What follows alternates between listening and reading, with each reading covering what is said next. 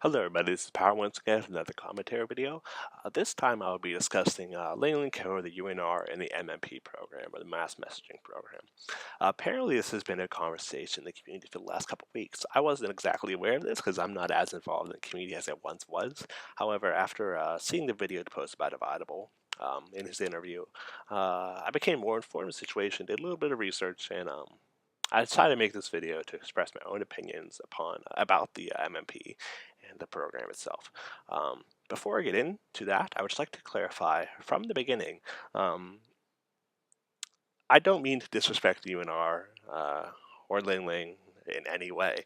I believe me and Ling Ling historically have been in good terms. I think we might have crossed paths way back when in the community. I'm not 100% sure on that, but I think by simply nature of being me in the position he was in, I think we might have crossed paths eventually. So I just like to clarify there's no real need for disrespect here.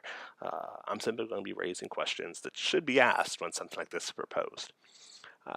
So to that out of the way, let's get into this. In the interview with Dividable, there are a couple minor topics that'll be discussed. And the way I'm going to format this video I'm making now is I'm going to discuss the more minor topics first, and then I'll discuss the topics I think are more important in evaluating this. I think the community has missed the more important questions regarding the MMP and its effects on the community. So with the more minor topics in mind, let's get into this. And the more minor topics in general are simply the questions regarding the legality of the MMP in relation to Xbox Live and whether or not it's breaking the terms of use. The answer to that is yes. Yes, it definitely breaks the terms of use. I saw Z4 Bros posted a video on this where he's claiming on Facebook he was in conversation with people, and they kept claiming that the MMP broke the terms of use, but they never provided him proof. So he contacted Xbox Live. I'm assuming Xbox.com and spoke to a representative, and reached a conclusion that no, it's simply you shouldn't do it because it's a bad thing and it's frowned upon.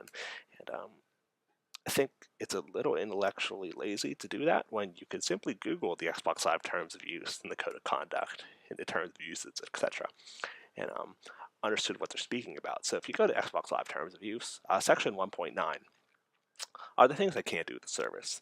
And on the screen right now should be 3 bullet points, and it really highlights what it's breaking, right? So this does, it's the what I shouldn't do with the service is it really speaks about scripts, bots, meta searching, scraping for data, and other automated processes to interact with the services. As said, this isn't anything new. Ling Ling Killer in his interview with Dividable really said that yes, he's aware this does break terms of use, and this isn't really anything new. So, however, in some sense, he does trivialize this topic by saying that the code of conduct and the terms of uses are broken pretty much every day. People bully, people are sexist, racist, trash talk, etc. I think the distinction there, right, is that the trash talking, bullying, etc., lies in the code of conduct. Term 1.9 here lies in the terms of use. Terms of use in general appears to be the more legal, more important document in this, in the sense that the terms of use speaks about the intellectual property rights, regards hacking, and more severe things like that. Code of conduct in general is simply saying how you should conduct yourself in Xbox Live, right? Terms of use is regarding what rights you have when using the service. So I think the terms of use is a more important document when evaluating this. So to say that it's equivalent to other things like that, I don't think it's necessarily true. Also, he says that trash talking, that happens every day, and nobody really appears to do anything about it, so it must be acceptable with Microsoft on some level. No, that's not true. Historically, Xbox Live and Microsoft have banned people for sexism, racism, etc. if they've been provided proof or been significant amount of complaints regarding a single person. So to say they don't really care about this stuff, I don't think it's necessarily true. Another small thing he said is that this doesn't differ from collecting this information manually. That is to say that he compared it to going online and matchmaking and sending a message to all the players in the game regarding a clan. And no, it's not the same thing. The MMP, functionally speaking, contacts an entire pool of people that you would never contact through matchmaking means. For example, let's say I bought Halo yesterday, and I play campaign all day, and all I play is campaign, and I never play anything but campaign. I will never be contacted by Xbox Live recruiting message found from matchmaking, right? Because I don't play matchmaking. However, the MMP will see that I'm online and I own Halo MCC or Halo Reach or whatever, so I'll get a message. Those are operating on two fundamentally different ways, right? And then it's also ignoring the fact that the MMP does place load on the Xbox Live servers. It's a automated process. It's scanning the servers on a regular basis. So this is doing something that manual means of collection don't necessarily do. Is this scanning significant in the sense that it's going to shut down the servers or anything like that? No, it's not. It's not going to shut down the servers. Clearly, this isn't anything comparable to a severe tax on the service. However, it is notable enough that you can't say it's the same thing as manually collecting information. Also, finally, he highlights that historically, third parties have been allowed to use the Xbox Live friends list. Yes, this is true. Third parties have been allowed to use friends lists. This is addressed in the Xbox Live terms, service, stuff like that. However, I think the difference here lies in the fact that it appears those are really targeted towards game developers in the sense that, for example, Gears of War 2 is the first game I'm aware of that had this feature, so I'll bring it into question. But in Gears of War 2, there's an option where you can invite your entire friends list. You press Y, it invites everybody in your friends list, regardless of whether or not they had Gears of War. So I think when you talk about the way games interact with friends lists, that's the way they're talking about it with regards to third-party usage, right? There's been a variety of community games that will send a text message to everybody in your friends list. So I think when you're speaking about third-party apps using it, it's speaking about your friends list in particular. It's really hard. I can't think of any examples historically where any feature has scanned your friends list or your friends list, etc. Right? If you go to Xbox 360 right now, I believe this is still in place unless they changed it in the past 2 or 3 months. But if you go to Xbox 360 and you check you go search up some random guy's gamer tag, you can look at his friends list. You cannot look at his friends list. That's blocked to you. You cannot look at your friends. You cannot look at his friends list, right? So there's a limit as to the depth that you historically using at least the default interaction capability of Xbox Live services. There's a limit as to how deep you can scan into friends list. I think this is really hinting at the fact that Xbox Live definitely wants to limit mass messaging regarding accounts, right? It makes sense from their standpoint because obviously they'll be concerned about people using this for scams or stuff like that. So I think to say that they wouldn't care, I don't think it's a true statement. Clearly, this sort of capability would be concerning to Microsoft. Now, apparently there's been a minor discussion as to whether or not this is legal and they'll be getting lawsuits. No, they won't be getting lawsuits. Stuff like this in general is pretty ignored. Not ignored in the sense that they let it go, right? But it's ignored in the sense that the words will get a cease and desist. And no, I think any lawsuits is a really trivial argument. It's a really poor argument, but people are misinformed on that. So with that out of mind, I'll get into the more important topics in this. I think the more important topics as to right now, the entire basis that the community evaluates the MMP is based on the fact that we assume everything Ling Ling Killer, the UNR saying is correct and true. And they're honest about it, and they have full intention to execute this way. I'd like to reiterate that once again, I don't mean to disrespect them or claim they're liars or anything like that. That's simply a question that must be asked. As to right now, every single safeguard on the MMP is entirely based on the goodwill and good faith of the UNR. Some of these protections they have on the MMP are actively against the ultimate best interest of the UNR. So it doesn't make an extreme amount of sense for them to limit themselves to such a level. And I think that while I don't question they're doing it, I don't question they intend to do this, right? It brings into question, will this be a sustaining will they continue this procedure? So I think we really need to really need to evaluate the MMP under the idea that this eventually will change, and it might be misused. So the question becomes, what happens if the MMP is misused? And I think there's a whole plethora of questions that really arises from that. So first, I'll get into the protections they're providing, right?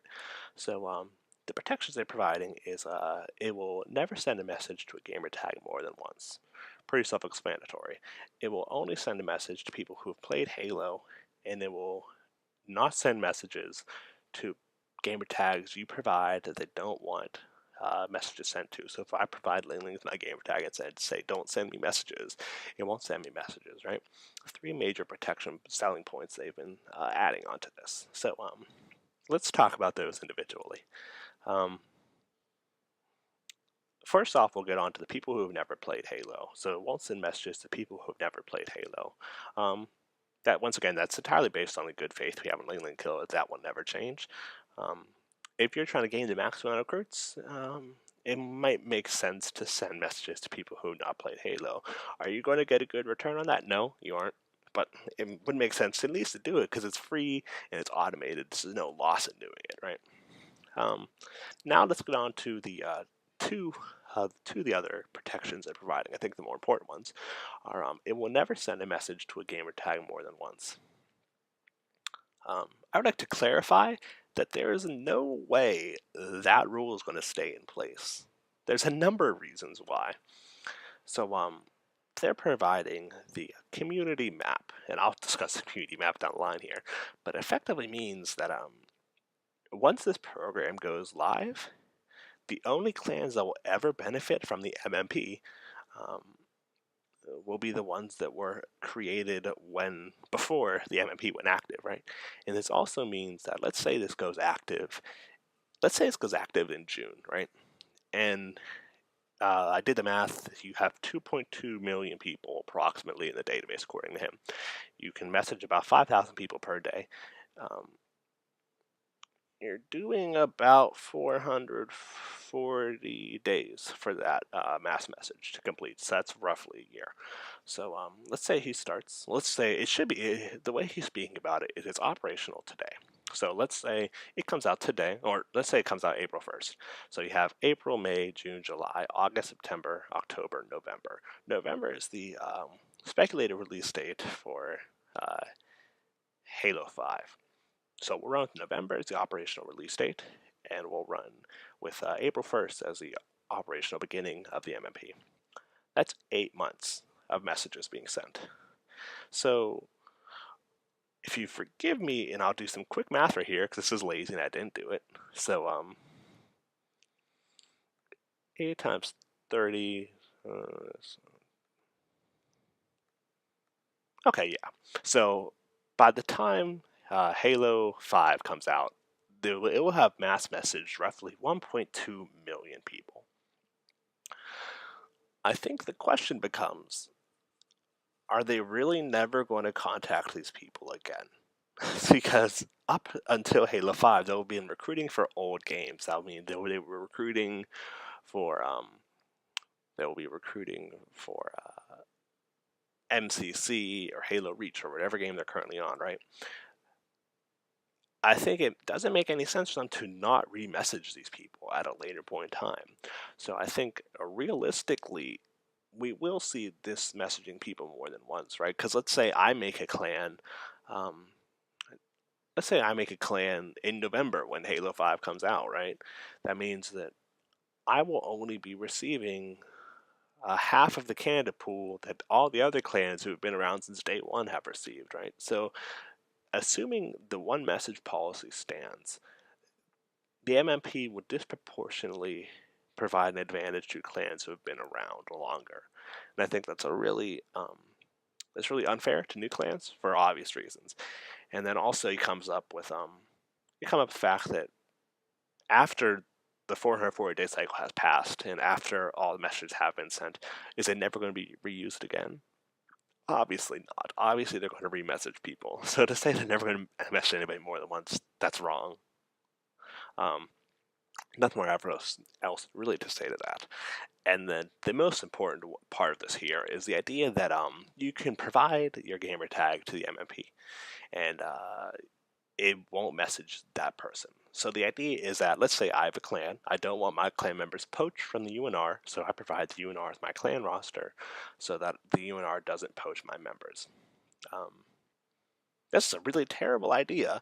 It effectively, what this means is that the UNR is effectively demanding that every clan in the community, every clan in the USC community, military community, St. Healy community, still around or whatnot, but they're effectively demanding that every single clan self-report their entire roster to the UNR, or else the UNR is going to poach their members. It's not a question of if they'll poach their members. They might poach their members. No, the UNR will poach your members eventually. Like, eventually over this 440-day period, eventually your members will get messaged unless um, unless you notify the UNR they're your members. I think that's a really clear distinction. So effectively, the UNR is I've clarified this right. The UNR is demanding everybody provides an entirely accurate roster to them regarding their clan. This means allies, enemies, clans are neutral. Clans have never interacted with the UNR, still have to contact them. This also is significant to the fact that it removes the capability for any clan to be entirely detached. So if the MMP goes live, right, it's no longer possible for me to make a clan that never interacts with other clans. If I do that, eventually my members will get interacted with by the UNR. Eventually I'll cross paths the UNR, or I'll have to contact them to not get my members poached. So it's no longer possible to be an isolated clan if the MMP comes along. It's a really clear distinction. We never really thought about that, but historically, if you've ever wanted to make a clan that's never interacted, that's been a possibility. The MMP removes that from the table. This is also significant in that all these clans are going to be self-reporting to the UNR. So this means that the only clan that doesn't have the only clan that's capable of maintaining its roster in a point of the only clans that are capable of maintaining their rosters a secret, right, is the UNR, because the UNR is not reporting their roster to anybody. So the UNR can hide their roster. There's no other clan under the MMP that can do that without fear of being systematically poached. I think that's a really clear distinction. Historically, clan leaders have liked to keep their member count classified and their clan roster classified for fears of intelligence gathering or poaching like this, and the MMP really actively works to erode that. I think that's an important topic people really ignored, but I think the most important topic people have completely missed is that this places the UNR at a stance where they can control the community. To best describe this argument, I'll refer to it as the island of recruitment. So the Lingling Killer and the UNR have proposed the idea called this community map. And this community map will be run on a website, and it will list all the clans in the community. And if I'm contacted by the MMP, a portion of the people who go to the MMP will be directed to this community map, and I'll be able to discover clans there and find any clan I want, right? Sounds good, sounds amazing, sounds like everybody's going to get recruits because they're all on the community map. Let's say that Ling Ling's not the leader of the UNR, I am, because I'm power and I'm ultimately evil and everybody hates power. Let's say JB wants to remake his clan. This is really just a thought experiment to help you get along with this. So once again, I'm leader of the UNR. JB's trying to remake his clan. JB knows that all the clans in the community are getting free recruits, right? You aren't doing anything. They aren't going in matchmaking. They're getting free recruits simply by going to Power, which is me, and telling me that, hey, Power, I want my clan listed on the community map. And I say, okay, and then I throw their name on the community map.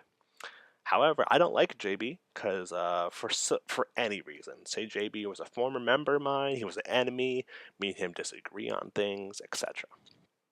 So JB comes to me trying to make his new clan and says, hey, Power, can you list my clan on the community map? I say, no, you can't have your clan on the community map. What can he do? He can't do anything. He can still try and recruit the old-fashioned way, right? But that's at a fundamental disadvantage to everybody else in the community, because everybody else in the community is getting their recruits from the MMP on top of their normal recruits. So JB and his clan are going to be at a systematic disadvantage the entire time unless they're on the community map, which I'm not going to let him because I run it and I don't like JB. So either he has to do something to win me over, or he's not going to get these recruits. And that's a really important topic everybody's ignored, is that this places the UNR at ability to simply deny clans recruits. And people are going to say like, oh, well, people are going to say that, oh, well, if the UNR did this, clans could protest it and force it or demand that clan be listed, right? And that wouldn't work because the UNR could effectively say that, hey, if your clan wants to be on the clan map and benefit from the MMP, you're going to follow these rules. So the UNR could be that UNR could say that if you want to benefit from the MMP, you can't declare war on us. You have to declare JB's clan as an enemy. So the only way these clans could ever support JB is by forfeiting the benefit they gain from the MMP. And then the question really becomes is how many clans are going to be willing to jump ship to support a one-person entity that's trying to make a clan when they're getting all these free recruits? The answer is slim to none. Nobody's going to leave. So this allows Ling Ling at a really casual, systematic level to simply deny people the ability to create a clan that's competitive with other clans, simply because he's going to be able to deny a significant income of recruits to any clan he wants. Um, I think that's really an important thing. The best analogy I can think of to this, right, is that let's say the MMP and the clan community map is this farm that feeds everybody on the world, right? Feeds everybody who lives in the world is fed from this one massive farm. And the UNR owns this farm. And the world is running out of food because the community is dying, and this food is recruits. So there's less and less recruits. And everybody still needs recruits for their clan to live, right? And the UNR has this super effective farm that's getting all this food. Now, clan leaders can get food for themselves, right? But it's far less effective, and there's a good chance it might not work and their clan might die, right? So as a result, a lot of clans choose to get their food from this super farm run by the UNR, or they're going to risk falling behind and or dying, right? So this makes the UNR and the MMP fully and arbitrarily capable of deciding what clan is able to get recruits and to what extent these clans can prosper by nature of getting these recruits. And the question then becomes, if the UNR has this ability, why would they not use this ability to shape a community that's entirely friendly and supportive of their interest? To restate that, this is pretty clear that the UNR will have a lot of power given by the MMP. Why would they not use this power to support clans that benefit them and destroy clans that don't? Really important question. Because the entire argument up to this point is that Ling Ling and the UNR and his web development team have everybody's best interest at heart, and they'll be sharing all the clans on this community map, and everybody's going to get recruits. And that's just an assumption. There's no basis to that. There's no proof of this. So to say that this is how it's going to work right now, yeah, it could be true. It could work perfectly fine for the first 2 months. And the third month in, some clan declares war on the UNR and they kick them off the community map. And they lose a whole bunch of recruits every day because they're losing, 5,000 potential recruits a day? And they just are cut out of this completely. So, this isn't stuff that's new, right? Like, in intelligence and through diplomacy, right? This has always been a very is a very, very theoretical program that's been discussed. We always talk about, well, if you could reach out to the entire community, what could you do from that, right? And this has a massive capability for wartime effects, as I've stated before, right? And also its uses for intelligence, stuff like that. And people just ignoring those applications and simply thinking about how could this benefit my clan, not how could it harm your clan. And I think the real distinction here is that the UNR is claiming to benefit the community from this, right? They're claiming this benefits the community. However, they've made it clear on multiple occasions that the UNR has their own best interest in mind over the communities. They've stated before that they'll get the first cut of these recruits, and then the community gets what's left over, right? So it's very clear that on the list of their priorities, the UNR's interests are first, the community's interests are second. So we know that the UNR is going to be evaluating what's best for them long term. And then it doesn't become a large jump at all to think they will use this to manipulate the community to their own ends. And people are ignoring that. And in regards to the community map and trying to be this neutral point, um, the UNR is not neutral. The UNR is a clan with interest. Uh, you can't trust, you don't entrust what's best for the community to a single clan, right? This is why myself and Shadow Sniper, when we made the Mantle project, we were very explicit and very clear that we were doing this when we did not have any clans, because being in a clan provides some sort of bias. You want to see your clan succeed, right? So it was absolutely critical that if the Mantle project was going to benefit the community as a whole, we can't be involved directly in the community and politics and stuff like that. This isn't the case with UNR's program. This is not the case with the MMP. The MMP and the UNR are directly involved in the community and politics and wars. It makes perfect sense that the UNR, push comes to shove, would use the full capacity of the MMP and the community map to execute attacks and affect clans in negative ways if possible.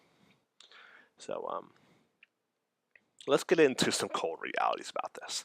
That the UNR clearly has no intention of making this program public, and they have no reason to, right? I'd argue they probably shouldn't. This is one of the few things I'd categorize as a WMD comparable technology to the community. This is a really significant event, and I think that to really downplay it and trivialize it, a lot of people have. A lot of people aren't thinking this is a big deal. I think that's the wrong thing. This is an extremely important event to the community, right? Um, Probably one of the most important changes in a couple of years. And I think that the fact that people are simply ignoring it is the wrong move. This should be talked about. And I think there's not a lot of thought being put into it. However, we need to acknowledge that this probably won't change. And if this program does function as advertised, and Xbox Live does not make policy changes or shut it down, then it will be used and most likely eventually abused by the UNR or some other clan, right? Um, so the question becomes, if the UNR does decide to abuse it, or some clan does steal it or create a program that's similar to it and use it for harm, will they only message people to play Halo? Will they not double message, etc., right? And the idea of kill switches and other things stopping the program as proposed by Ling Ling are really trivial and futile at best. The question here is not a matter of if, it's a matter of when this is misused. Eventually, this will leave the UNR. That's not a real question. Eventually, somebody else will make it. It's not exceptionally hard, right? I'm assuming this is using the Xbox Live API. I believe they released that a couple months back. So this isn't an exceptionally hard thing to make for you any technological background, right? So I think that in the event this does come public, I think we'll be seeing within a year. We'll see copies of this within a year. I think a year's long. I think we'll probably be seeing public apps like this probably within they might already exist and for some things like ad companies and spam companies, but I think it won't be that hard. I think it won't be that long until something like this is found by another clan. So I think that the MMP is simply the first step into a much larger question as to how do we deal with a community where MMP-like programs do exist. Um, and I think clan leaders should actively be discussing what they should do with their clan and how they should best prepare for such a program becoming active and if it is used by other clans. It's really naive to think that this won't become a major and potentially negative effect on the community. We need to ask, how do we plan for that? And I'm not 100% sure. I thought about this for like a last couple hours. I'm not 100% sure what the best steps for a clan leader would be.